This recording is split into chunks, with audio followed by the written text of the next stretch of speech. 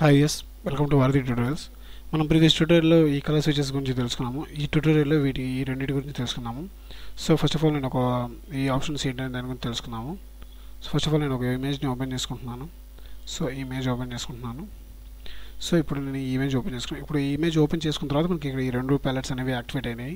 So ఒకటి ఏంటంటే standard mode, ఇంకొకటి ఏంటంటే మన క్విక్ మాస్క్ అప్లై చేసుకోండి. కొన్ని కేసెస్లో మనం క్విక్ మాస్క్ని అప్లై చేయాల్సి వస్తుంది.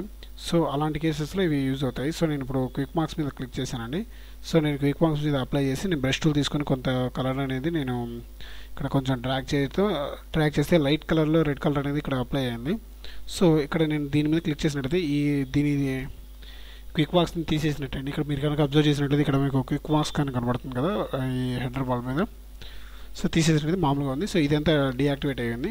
సో ఇక్కడ మనకు కావాల్సినటువంటి చేంజెస్ కానీ వేరియేషన్స్ అలాంటివి ఏమైనా ఉన్నట్లయితే ఇక్కడ మనం చేసుకుంటాము.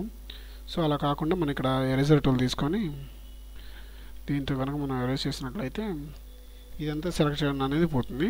సో ఇప్పుడు మళ్ళీ మనం జనరల్ మోడ్ పెట్టుకుంటే ఇదంతా ఎలా ఎలివేట్ అయింది. సో ఈ విధంగా మనం క్విక్ మాస్క్ని ఎలా అప్లై చేయాలనేది టూల్ బార్తో ఎలా అప్లై చేయాలని చూస్తాము. సో జనరల్గా అయితే మనం దీనికి క్యూ అనేటువంటి షార్ట్ కట్ కీని యూజ్ చేయడం జరుగుతుంది. So thank you for watching వారధి ట్యూటోరియల్స్. లేటెస్ట్ అప్డేట్స్ కోసం సబ్స్క్రైబ్ చేసుకోండి. మీ సలహాలు సూచనలు కామెంట్ రూపంలో తెలియజేయగలరు, లేదా వారధి tutorials@gmail.com అనే మెయిల్ ఐడికి సెండ్ చేయొచ్చు. Thank you.